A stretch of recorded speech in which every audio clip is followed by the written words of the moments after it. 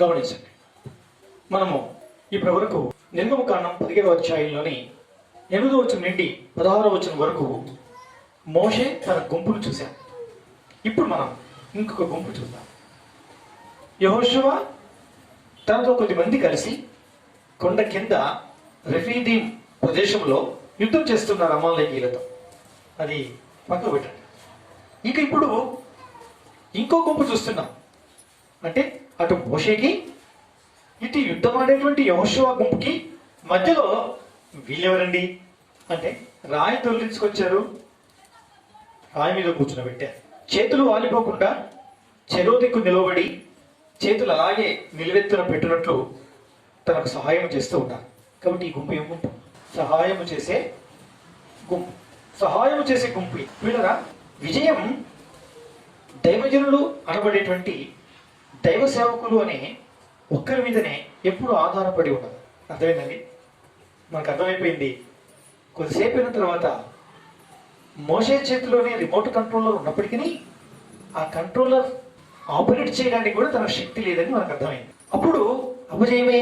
ఎంత remote controller ఉంటే మాత్రం దాన్ని ఆపరేట్ చేసేటువంటి శక్తి తనకు లేనప్పుడు, ఎంత విలువైనటువంటి హస్తం తన చేతిలో ఉంటే మాత్రం ఏమైంది? ఎంతో గొప్పవాడు మోషే, ముఖాముఖిగా దేవునితో మాట్లాడేవాడు, అవును కరెక్టే. అయినా ప్రయోజనం ఏంటి? బలహీనుడు, చెయ్యి అలాగే ఎత్తలేకపోతున్నాడు. ఇది అక్కడ ఉన్నటువంటి సమస్య. చూసారా? అయితే ఇక్కడ యుద్ధమాడేటువంటి గుంపుకి, ఇటు మోషే యొక్క గుంపుకి మధ్యలో ఇంకొకరు తప్పనిసరి అవసరం వచ్చారు. వాళ్ళ పేరే సామూహిక నామవచనం ఏంటంటే సహాయక బృందం. సహాయక బృందం. చూసారా? ఇది ఎంత ఇంపార్టెంటో గమనించిన వెంటనే బండం తొలగించుకొచ్చారు, ఆ బండ మీద కూర్చొని పెట్టారు. ఆ బండ మీద కూర్చొని పెట్టిన తర్వాత తన చేతులని ఒకరు ఈ ప్రక్కన ఒకరు ఆ ప్రక్కన నిలబడి మోషే యొక్క చేతులు ఏం చేశారు? ఎత్తి పట్టారు. కర్రగల్ల మోషే యొక్క చేతిని ఎప్పుడైతే ఎత్తి పట్టారో సూర్యుడు అస్తమించే వరకు ఏకధాటిగా జరిగిన యుద్ధంలో అమాలేకీయుల యొక్క రాజు కానీ అమాలేకీయులు కానీ పూర్తిగా తూడ్చిపడేసేసాడు దేవుడు. హతమార్చాడు. పూర్తి జయం కలిగింది. చూసారా? కాబట్టి ఇందులో సహాయకులైన వారి యొక్క హస్తం ఉంది. ఎవరు ఈ సహాయకులు? ఒక ఆయనేమో అహరోను, ఇంకొక ఆయన పేరు హూరు. చూసారా? చూడు సుమా, జయం అనేది దైవజనుల పైన మాత్రమే ఆధారపడలేదు, దైవజనులు అనబడేటువంటి వారిపైన ఆధారపడలేదు, కానీ సహాయకులైనటువంటి వారిపైన, సహాయపడవలసినటువంటి వారి అవసరత చాలా ఉంది అన్న విషయాన్ని ఎప్పుడు కూడా మర్చిపోయారు. కాబట్టి జయం ఎలా కలుగుతుంది అనేది ఇప్పుడు మీకు అర్థమైపోయింది. రెండవ గుంపు సహాయకులైన వారు కారణం. కాబట్టి సహాయకులు ఎలా ఉండాలి? సహాయం చేసేవారు ఎలా ఉండాలి? ఏ విధంగా ఉండాలి? ఎట్లుండాలి? చూడండి, అహరోను చూద్దాం. మొట్టమొదటి ఎవరండి? అహరోను. ఈ అహరోను ఎవరండి? నిర్గమకాండం 6వ అధ్యాయం 19వ వచనం 20వ వచనం చదవండి. మెరారి కుమారులు మహాలి, మూషి, వీరు తమ తమ వంశావళుల చొప్పున లేవి కుటుంబములు. వీళ్ళు లేవి వంశస్థులు, లేవి గోత్రికులు. అమ్రాము తన మేనత్తైన యొకెబేదును పెళ్లి చేసుకొనెను. ఆమె అతనికి అహరోను మోషేను కనెను. చాలా గమనించండి. అహరోను మోషేలను కన్నాడు. అమ్రాము యొకెబేదు. ఈ యొకెబేదు అమ్రాము అనేవారు ఎవరు అంటే మోషే యొక్క అహరోను యొక్క తల్లిదండ్రులు. వీళ్ళు ఎవరి వంశావళిలో వచ్చారు? ఎవరి కుటుంబీకులు వీళ్ళు అంటే లేవి కుటుంబీకులు. ఇప్పుడు మనం అహరోను చూస్తున్నాం. అహరోను ఎవరి వంశస్థుడు? లేవి వంశస్థుడు. సరే, అహరోను లేవి వంశస్థుడు అయినప్పుడు అంటే లేవి వంశస్థుడు అంటే అర్థం ఏంటి మరి అని మనం చూస్తే, లేవి అని అంటే హతుక్కును ఆడు. ఏమని అర్థమండి? హతుక్కునేటువంటి వాడు, హతుక్కొని ఉండేవాడు, హతుక్కొని ఉండేటువంటి వాడు అని అర్థం అండి. ఎవరు? అహరోను ఎవరి వంశస్థుడు అంటే లేవి వంశస్థుడు. ఆ లేవి వంశంలో అహరోను దేవుడు ఏర్పరచుకున్నాడు. అహరోను ప్రధాన యాజకుడు. అహరోను ఎవరండి? ప్రధాన యాజకుడు.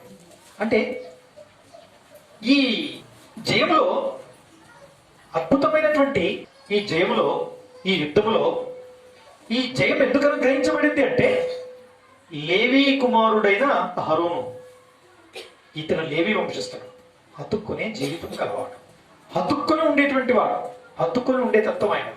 ఎవరిని హత్తుకొని ఉండేటువంటి తత్వము? గోత్రికులు 12 మంది ఉన్నా తన దగ్గర ప్రత్యేకంగా ఆనుకొని పరిచయం చేయడానికి ఎన్నుకున్నాడు లేవి గోత్రాన్ని. అంటే దేవుడు ఏమని భావించాడు? వీడు నన్ను హతుక్కుని ఆనుకొని పనిచేయడానికి ఉపయోగపడేవాడు, వీడు కరెక్ట్గా సరిపోతాడు అని అనుకుని అతను ఏం చేసుకున్నాడు? దేవుడు ఎన్నుకున్నాడు. వీళ్ళగా జయం ఎవరి ద్వారా అనుగ్రహించబడుతుందంటే దేవుణ్ణి ఎవడు ఆనుకొని హత్తుకొని జీవిస్తాడో వాని ద్వారా జయం అనుగ్రహించబడుతుంది. కాబట్టి వీళ్ళగా జయం అనుగ్రహింపబడేది ఎలా అనుగ్రహించబడింది అంటే ఇప్పుడు ఎవరికి? ఇశ్రాయేలీయులకు ఎలా అనుగ్రహింపబడిందంటే రెండవ గుంపు వారి సహాయక చర్యను బట్టి. ఆ సహాయకుల లక్షణాలు ఏంటంటే అహరోను తన గోత్రం లేవి గోత్రం అంటే అతుక్కుని ఉండువాడు. ఎప్పుడు అతుక్కుని ఉంటాడు. ఎవరు అతుక్కుని ఉంటాడు? దేవుని అతుక్కుని ఉంటాడు. చూసారా? దేవుని అతుక్కుని ఉండేటువంటి వానికి జయమే, దేవుని అతుక్కుని ఉండేటువంటి వానికి విజయమే. దేవుని అతుక్కుని జీవించేటువంటి వాడు ఎప్పుడు దిగ్విజయాన్ని సాధిస్తాడు. కాబట్టి ఇశ్రాయేలు అందరికీ జయం కలగడానికి కారణం సహాయకుడైన అహరోను దేవుణ్ణి అతుక్కునేవాడు. అర్థమైందండి? అందుకే పరిచర్య యొక్క దిగ్విజయమైనటువంటి పరిచర్యకు, జయంగా జరిగేటువంటి పరిచర్యకు, అన్ని విషయాలందు విజయం కలిగేటువంటి పరిచర్యకు ఎవరు కారణం అంటే దేవుణ్ణి అతుక్కుని జీవించేవారు కారణం. జ్ఞాపకం ఉంచుకోండి. అందుకే ఒక పూర్ణ పరిచర్య లేదని కొద్దిమంది పాపం అప్పుడప్పుడు ప్రార్థన చేస్తుంటారు. చాలా సంతోషకరమైనటువంటి ప్రార్థన అది. అర్థమైనా? కానీ అప్పుడు సహాయకులు ఇప్పుడు అంటే ఈ ట్రబుల్ ఇచ్చిన వాళ్ళు కాదు, ఎవరైతే సమస్యలు సృష్టించారో ఆ కోవకు సంబంధించిన వాళ్ళు కాదండి. అప్పటి సహాయకులు ఆ దిగ్విజయమైన పరిచర్య జరిగినటువంటి సందర్భంలో సహాయకులుగా ఉన్నటువంటి బృందము, సహాయకులు ఉన్నవాడు వారు దేవుణ్ణి అతుక్కుని ఉండినటువంటి వారు, దేవుని అతుక్కుని ఉన్నటువంటి వారు, సువార్త ప్రకటించిన వారు, సాక్ష్యం పంచుకున్నటువంటి వారు, మోకాల జీవితం కలిగినటువంటి వారు, దేవుని పరిచర్య కొరకే ఆశ ఆసక్తి కలిగి రోషం కలిగి బ్రతికినటువంటి వారు వాళ్ళు. అలాంటి వాళ్ళు సహాయకులుగా ఉంటుంది. అందుకే ఆ దినం దేవుని యొక్క పరిచర్యలో జయాన్ని చూడగలిగాం, దిగ్విజయాన్ని చూడగలిగినాం. ప్రేమైనటువంటి వాళ్ళగా ఈ రెఫీదీములో జరుగుతున్న యుద్ధంలో అమాలేకీయుల మీద కలిగినటువంటి యొక్క జయానికి కారణం ఈ సహాయకుల యొక్క లక్షణం మొట్టమొదటి ఏంటంటే దేవుణ్ణి అతుక్కొని జీవించువారు. అతుక్కుని ఉండేటువంటి వారు వేరు. ప్రార్థనలో అతుక్కుని ఉండేటువంటి వారు, వాక్యంలో అతుక్కునేటువంటి వారు, సాక్ష్యం విషయంలో అతుక్కుని ఉండేటువంటి వారు, వారి బ్రతుకు జీవితం అంతటా కూడా దైవికమైన అతుక్కుని జీవించే జీవితం కలిగినటువంటి వారు. మోషే ప్రక్కనే అహరోను ఉన్నాడు. అహరోను ఎందుకున్నాడు? అహరోను బట్టి వచ్చిందా జయం అంటే? అవును, ఖచ్చితంగా. అతను లేవి గోత్రికుడు, దేవుణ్ణి ఆనుకుని ఎప్పుడు జీవించేటువంటి వాడు. అంటే ఉదయ సాయంకాల వేళల్లో అర్చనాస్పదులను అల్పించుచు దైవ సంబంధ బాంధవ్యం కలిగి తాను తన కుమారుడు ఎల్లప్పుడూ దేవుని సేవ యొక్క క్రమంలో రాత్రి పగళ్ళు ఎడతెగకుండా వంతుల వారిగా ఆయన సేవలో కొనసాగి అతుక్కుని బ్రతికినటువంటి గోత్రం లేవి గోత్రం, అహరోను యొక్క వంశం. అందుకే పిల్లరా, ఆయన నైజం, ఆయన వంశం, ఆయన గోత్రం అలాంటిది. కాబట్టి ఇప్పుడు ఇశ్రాయేలీయులకు ఏం కలిగిందండి? జయం గ్రహించబడింది. నువ్వెవరిని అత్తుకుంటున్నావు? ఎవరిని ఆనుకున్నావు? ప్రార్థనలు అత్తుకుంటున్నావా? ప్రార్థన పేరు మీద భూమిని అత్తుక్కొని లేవలేకపోతున్నావా? వాక్యం అత్తుకుంటున్నావా? లోక వార్తలు మాత్రమే అత్తుకుంటున్నావా? లౌకికమైన ఆచార సాంప్రదాయాల్లో అతుక్కుపోతున్నావా? దేవుని అతుక్కుంటున్నావా? ఈ విధంగా పరీక్షించుకుంటే దేవుని అతుక్కునేది తక్కువ, లోకంలో లౌకికమైన వాటిని అతుక్కునేది ఎక్కువ. కాబట్టి పరిచర్యలో ఏం లేదు, జయం లేదు, విజయం లేదు. పని అంటే కొద్దిమందికి ప్రాణం. పని అంటే ప్రాణం ఉండొద్దా? మరి ఎట్లా రావాలి? ఈ 5 ఏళ్ళు ఎట్లా లోపలికి పోవాలి? పోవద్దా? ప్రభువు కంటే ఎక్కువ కాదు, అది చేసుకోవాల్సిన తీర్మానం. ప్రభువు కంటే ఎక్కువ కాదు. పరలోకమే పరలోకమే నా స్వాస్థ్యము, ఎప్పుడు గాంతును. పరలోకమే నా స్వాస్థ్యము, ఎప్పుడు గాంతును. పరలోకమే నా స్వాస్థ్యం ఎప్పుడు గాంతున్నాం అనే భక్తులు పాట పాడి ధరించి వారి జీవిత యాత్రల్ని చక్కగా విశ్వాసంగా పడుకుని ముగించుకుంటే, మనమేమో ఇంకా కళ్ళు కంటున్నాం. కళ్ళు కన్నా దినాలు పోయినాయి. కళ్ళు కనొద్దు ఇంకా లోకం కొరకు. అందుకే పిల్లల విజయవంతమైన జీవితం జీవిద్దాం. ఆ విజయవంతమైన జీవితం జీవించాలంటే ప్రియమైనటువంటి వాళ్ళరా, అందులో నీ పాత్ర ఏంటి? డైరెక్ట్ గంటి లక్షల మందికి నాయకుడు మోషే ఒక్కడే ప్రధానమైనటువంటి వాడు. అందరూ మోషేలు కావాలంటే ఎవరు కారు, కానీ సహాయకులు కావచ్చు. ఏం కావచ్చు? సహాయకులు. నీ బతుకుతో ఏమన్నా సహాయం ఉందా? దేవుడు అడిగినాడు, ఇంకో నీవేమి సహాయం చేసావు నాకు? నువ్వు నాకేమి సహాయం చేశావు? దిగ్విజయమైన విజయవంతమైన పరిచర్య జరగడానికి, సైతాను ఓడించడానికి, సైతాను రాజ్యం కూల్చివేసి దేవుని రాజ్యాన్ని స్థాపించడానికి ఒక యోధుడివిగా నువ్వు నాకేమి సహాయం చేశావు, ఒక విశ్వాస వీరుడిగా అని ప్రభు అడిగితే నీ సమాధానం ఏంటి? అహరోను చెప్తాడు, నేను సహాయం చేశానంటాడు. ఎంత ధన్యుడండి! నేను సహాయం చేశానన్నటువంటి అహరోను, అయ్యా నువ్వు ఎలా చేయగలిగావు? నువ్వు ఎట్లా జయానికి నువ్వు సహాయకుడు ఎట్లయ్యావు అంటే, నేను ఎప్పుడూ ఎల్లప్పుడూ అతుక్కొని ఉండేటువంటి వాడిని. అతుక్కొని ఉండేవాడు. చూసారా ఎంత మంచి మాట! అతుక్కొని ఉండేటువంటి వాడు ఆయన లక్షణాల్లో మొదటిది. ఇక రెండవది అతని పేరు. ఏం పేరండి? అహరోను. అహరోను అంటే అర్థం ఏంటండి? ప్రకాశించువాడు అని అర్థం. ఏమర్థం అండి? ఏమర్థమమ్మా? ప్రకాశించువాడు. పిల్లరా, మొట్టమొదలేమో హత్తుక్కుని ఉండేటువంటి వాడు, ఎప్పుడు హత్తుక్కుని ఉంటాడు. రెండవది ప్రకాశించేవాడు. ఏమర్థమండి? ప్రకాశించేవాడు. చూసారు, సామాన్యమైన ప్రకాశించేవాడు అంటే ప్రకాశించుతూ ఉండేటువంటి వాడు. అతను సామాన్యుడు కాదు, ప్రకాశించుతూ ఉండేవాడు. ప్రకాశిస్తూ ఉంటాడు. అతని ముఖం ప్రకాశం, తన మాట ప్రకాశం, అసలు తను వచ్చేసే ప్రకాశం, తన బ్రతికే ప్రకాశం, తను చేసే ప్రతి పని ప్రకాశవంతమైనది. ప్రకాశనీయుడు ఎప్పుడు ప్రకాశిస్తూ ఉంటాడు. ఎప్పుడు ప్రకాశించే దేవుణ్ణి పరిశుద్ధ, అతి పరిశుద్ధ స్థలాల్లో పరిచర్య చేస్తూ దైవ సాన్నిధ్యంలో సంచరిస్తూ ఉన్నప్పుడు దేవుని ముఖ ప్రకాశం, ఆయన సన్నిధి యొక్క ప్రకాశం తన మీద ప్రకాశిస్తూ ఉంటే ప్రకాశించుతూ ఉండేటువంటి వాడు అని అర్థం అండి. ఎంత అద్భుతం చూసారా? ఇది ఎందుకు చేయవచ్చింది?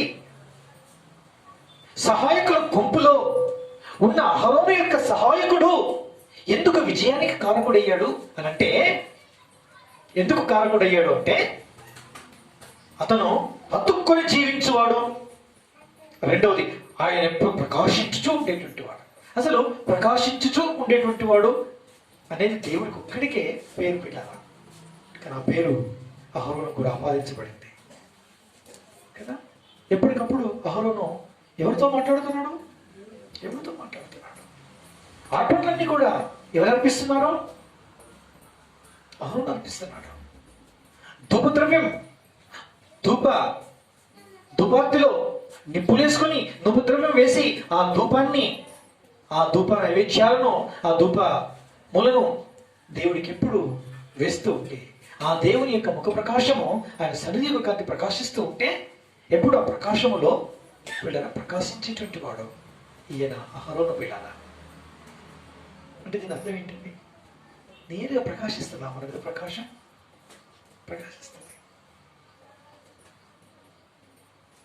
గంటల తరబడి దైవ సాన్నిధ్యములో 5 నిమిషాలు, అర్ధగంట సేపు కాకుండా గంట, గంటన్నర, 2 గంటలు, 3 గంటలు, లెక్కలేనంత సమయం దొరికినప్పుడల్లా ఆయన సన్నిధిలో ఆశ్రయించి ఆయన సన్నిధానంలో మనం ఆయన స్తుతించుచు, ఆయన ప్రార్థన చేయించు, ఆయనతో సంభాషించుచు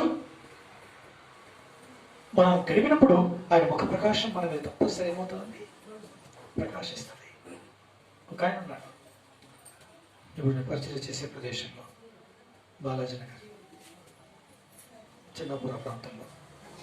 ఆయన ముఖం ఎప్పుడు ప్రకాశిస్తుంది. ఆయన అంగవైకల్పం గలవాడు, కానీ తన ముఖం ఎప్పుడు ప్రకాశిస్తూ ఉంటుంది. ఏదో గ్లో ఉంటుంది, ఏదో ఒక విధమైనటువంటి ప్రకాశము తన యొక్క ముఖంలో కనిపిస్తూ ఉంటుంది. కూర్చుని తాలోచి లేవలేడు. చటుకు మనం లేచి 4 అడుగులు కరమైంది, ఒక్క అడుగు కూడా వేయలేడు. అంగవైకల్పం కలిగినటువంటి వాడు. కానీ గంటల తరబడి ఒక మనుషులతో మాట్లాడినట్టు ఏం చేస్తూ ఉంటాడు, మాట్లాడుతూ ఉంటాడు. సమాజమును ఏ సమస్య పీడిస్తుందో దాన్ని దేవుని దగ్గర ప్రస్తావిస్తూ ఉంటాడు. ప్రభుత్వాన్ని ఏ సమస్య పీడిస్తుందో ఆ సమస్యను దేవునితో మాట్లాడుతూ ఉంటాడు.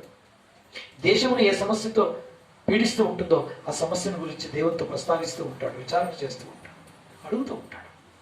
దేవా దీనికి జవాబు ఏంటి, అసలు ఏంటి అని. అంటే ఒక మాట చెప్పాలంటే, ఈ లోకమంతటి ప్రాతినిధ్యాన్ని అనుభవించి దైవ సాన్నిధ్యంలో తన ముఖంలో ముఖం పెట్టి ఆయన మాటలో మాట కలుపుతూ ఆయన ప్రశ్నిస్తూ ఉత్తరములు పొందుతూ ఈయన ఉత్తరం ఇచ్చుతూ ఆయన మాట్లాడుతూ ఉంటే జవాబిస్తూ ఈ రీతి సంభాషణ చేసేటువంటి సత్తా కలిగినటువంటి వ్యక్తి. అతని ముఖం ఎప్పుడు ప్రకాశిస్తూ ఉంటాడు. ఎన్ని బంగారాలు లేవు, వెలగలిగిన రాళ్ళు లేవు, లక్షల కోట్ల ఆస్తులు ఆయనకి ఏం లేవు, కానీ ముఖం మాత్రం ఎప్పుడు ఏమవుతుంటుంది, ప్రకాశిస్తూ ఉంటుంది. కానీ నీ ముఖం నా ముఖం చూస్తే ఎప్పుడు మన జబ్బుకల ముఖం ఉన్నట్టుంటుంది. జబ్బుకల ముఖం అదేమో ఏదో లోపల కూర్చొని మన ముఖాన్ని పిక్క తిన్నట్టు, ఏదో రక్తం తాగేసి వదిలిపెట్టినట్టు, జనియలు పెట్టి వదిలిపెట్టినట్టు ఉంటుంది మన ముఖం. ఎందుకంటే దేవునితో ఏం లేకపోయా మనకి. రోషం వచ్చినా, ఏదన్నా కొట్లాడవలసిన పరిస్థితి వచ్చిందా, ఏదైనా మాటకు మాట అందియాల్సింది వచ్చిందా, మనం నాన్నకట్లో ఎవరు ఉండరు. అలాంటి సవాళ్ళు అందిస్తాం, అలాంటి లా పాయింట్లు అందిస్తాం, అలాంటి మాటలను వదిలిపెట్టేస్తాం. దుమ్ము దులిపి ఉతికి ఆరేసి ఆ మాటలతోటి అవన్నీ మొత్తం పొడిపట్ట వేసి పడేసేస్తాం. అంత సత్తా సంతతి చూపిస్తాం. అందుకే మన ముఖమును పిశాసి పెట్టి పీక్క తిని వదిలిపెట్టినట్టు. ఇది మన ప్రకాశం. ఇది మన యొక్క తిండి ఇచ్చాడు, నీకు బట్టలు ఇచ్చాడు, ఇల్లు ఇచ్చాడు. 5 ఏళ్ళు ఏ ప్రయాసపడకుండా, అయ్యో ప్రయాసపడకుండా అంటే ఎవరైనా ప్రయాసపడుతున్నాం లేని, అతి కష్టంగా కాకుండా సునాయాసంగానే ఎంత చక్కగా 5 ఏళ్ళు మన నోట్లోకి 3 పూటలు పోతున్నాయి. నీ బ్రతుకు ఏమైంది, నీ బ్రతుకు ఏమైంది? నీ పరమదేవుని సన్నిధానంలో అతుకొని జీవించడానికి నీ ముళ్ళు ఏం పోయింది అంటున్నా. ఆ ధ్యాస ఉందా? ఆ ప్రశ్న వేసుకోగలవా? అలా తప్పు కరెక్టే కదా, నిజమే కదా, నా బ్రతుకు ఇట్లా వేస్ట్ అయిపోతుంది అని అనుకుంటావా ఎప్పుడైనా? అహరోను ప్రకాశించేవాడు, జయానికి కారణం. దేవుని బిడ్డలైనటువంటి వారికి ఆయన ప్రార్థన చేశాడట. ఆ ముఖం ప్రకాశించేటువంటి వ్యక్తి ఇలా ప్రార్థన చేశాడట, దేవా వీరందరి పాపమంతటిని కూడా నేను ఒప్పుకుంటున్నాను. ఏం సత్తా అంటే అంతేకాదు, ఏమంటున్నాడో తెలుసా? ప్రభువా, అసలు ఇదంతా కూడా రావడానికి గల కారణం వాస్తవంగా ఇందులో నా దోషం ఉంది, ఇందులో నా యొక్క దోషం నాకు అర్థమవుతుంది అని గుట్టి మాటలు వాళ్ళు కన్నీరుతో అడుగుతారంట. ఎందుకంటే తనకు కనిపిస్తుంది, తన దోషం కనిపిస్తుంది. ఎందుకు? కనిపెట్టవలసినంత కనిపెట్టలేదు, ప్రార్థించవలసినంత ప్రార్థన చేయలేదు, నీకు ఇవ్వాల్సినంత సమయం నీకు ఇవ్వలేదు, నిన్ను గణపరచవలసిన రీతిలో నేను గణపరచలేదు. తప్పు కాదా నాది? నా తప్పే, నన్ను క్షమించండి. చేశారా పిల్లరా? ఎంత అద్భుతమైనటువంటి అనుభవం. దేవునితో ఉండే సంబంధం ఉండే మనుషుల యొక్క ముఖం అందుకే ఏమవుతుందండి, ప్రకాశిస్తుంది. అందుకే ఈ బతుకు బతకాలి. ఈ బతుకు మన బతుకుల ద్వారా ఏం కలుగుతుంది చెప్పండి? జయం కలుగుతుంది. మనకు జయం కలుగుతుంది, వ్యక్తిగతంగా మన కుటుంబానికి జయం కలుగుతుంది, మన సమాజానికి జయం కలుగుతుంది, మన సంఘానికి జయం కలుగుతుంది. సైతాన్ రాజ్యం కూల్చబడి దేవుని యొక్క రాజ్యం ఏమవుతుందండి, స్థాపించబడి విలసిల్లుతుంది. ఇది దేవుడు చేసే కార్యం. జయం లేదు. కారణం ఏంటి? సహాయకుల యొక్క గుంపులో మనం లేవు. సహాయం చేయాల్సిన వారు ఎవరు అంటే ఇట్టి లక్షణాలు కలవారు సహాయం చేయగలరు. సహాయం చేయగలరు. ప్రభా నిజమే, నన్ను మీరు క్షమించండి, నేను అతుక్కుని జీవించట్లేదు, అందుకే నా సహాయం నీకు పాపముగా మారిపోతుంది. నేను ప్రకాశించడం లేదు, అందుకే నా సహాయం నీకు పనికి రాకుండా పోతుంది. అసలు నేను సహాయం చేయాలనే ధ్యాస ఉందా ఎవరికన్నా? అది అడుగుతాను ఫస్ట్. నా ధ్యాస ఉందా అసలు? నేను సహాయం చేయాలి. పిల్లల పరిచర్య ఉంది, సహాయం చేయాలి. సిస్టర్స్ పరిచర్య ఉంది, నేను సహాయం చేయాలి. సంఘ ప్రార్థన అనేది ఆ ప్రార్థనలో నేను కొంత ప్రార్థన చేసి సహాయకరంగా ఉండాలి. సంఘానికి జరగబోయే పరిచర్యకి ఫలానా ఫలానా ఫలానా ఉన్నాయి. దేవా ఏమేమి ఉన్నాయో నాకు తెలియదు, నేను దేనికి సహాయపడగలను, నన్ను ఉపయోగించుకోండి అని ప్రార్థన చేయగలుగుతున్నావా? అసలు నేను సహాయపడాలి అని అంటున్నావా? నువ్వు అనగలుగుతున్నావా? అందుకే ప్రతిష్ఠించుకున్నాను. ప్రభువా నా వల్లే అపజయం, నా వల్లే పతనం, నా వల్లే అమాలయకులకు జయం. దేవుని ప్రజలకు మీకు తలవంపు తీసుకొచ్చే పరిస్థితి కాదు. ఎందుకు అంటే నేను సరైన సహాయకునిగా లేని పరిస్థితి, అసలు సహాయం చేయలేని పరిస్థితి. నన్ను మన్నించండి, నన్ను క్షమించండి, నన్ను సరిచేయండి, నన్ను చక్కదిద్దండి, నన్ను చక్కటి సహాయకునిగా సిద్ధపరచు, అతుక్కుని సహాయకునిగా ఉండేవానిగా చేయి, ప్రకాశించుచు సహాయం చేసేదానిగా చేయి తండ్రి అని మనం ప్రార్థన చేస్తే ఎంతో అద్భుతమైనటువంటి విజయాన్ని మన జీవితంలో, మన కుటుంబంలో, మన సంఘం సావాసం, మన యొక్క పరిచర్యలో మనం జయాన్ని చూడగలం. మన జీవితం సార్థకమైంది. లేకపోతే కాకి చిరాయు అంట, కాకి చిరాయు దీర్ఘ కాలం బతుకంట. కానీ అది వచ్చి ఎక్కడ వాలినా సరే ప్రతి ఒక్కరు దాన్ని ఏం చేస్తారండి? ఏం చేస్తారు? ఎలా కొడతారా? అదమ్మా నావు కనిస్తారా? ఎలా కొడతారా? ఇది మన బ్రతుకు. ప్రభువును క్షమించండి, నీకు నేను ఉపయోగపడాలి. ఏమన్నా నేను ఎలా ఉపయోగపడగలనో నాకు తెలియదు, కాబట్టి నన్ను మీరు ఉపయోగించుకోండి. కానీ ఉపయోగించుకోవాలను అంటే ఎట్లా ఉపయోగపడగలను? ఆ లక్షణాలు ఏంటో ఈ ఒకటి రెండు చెప్పాడు. వాటి ప్రకారంగా నన్ను ప్రతిష్ఠించుకుంటున్నాను, ప్రార్థన చేయండి. ఇంకా ఉన్నాయి ఆ గుంపులో లక్షణాలు, ఆహారం లక్షణాలు ఇంకా ఉన్నాయి. భోజన దినాల్లో చూద్దాం దేవుని చిత్తమైతే. అయితే నన్ను జ్ఞాపకం చేసుకో.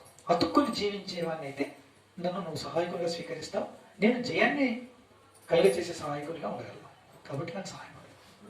ప్రకాశించేవానిగా నన్ను చేయి. ప్రకాశించేవానిగా నేనుంటే జయం అనుగ్రహించేటువంటి పరిచర్యను నేను చేయగలను, లేక నీకు ఆ సహాయంతో నీకు జయం కలుగుతుంది, నీకు నీ పరిచర్యకు నీ ప్రజలకు. కాబట్టి నేను ప్రకాశించే వ్యక్తిగా చేయి అని ఇటు లక్షణాల కొరకు ప్రతిష్ఠించుకొని ప్రభుత్వ క్షమాపణ కోరుకొని ప్రభుత్వ ప్రార్థన చేసుకుందాం. మోకరించండి. ఇటు వర్తమానాన్ని దేవుడు దీవించి ఆశీర్వదించండి.